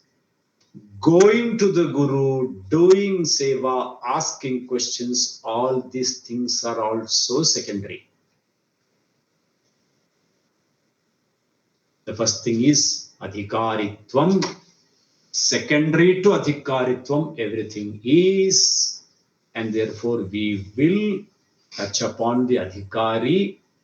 So you have 1 week to make yourself a better Adhikari. Then we will meet here.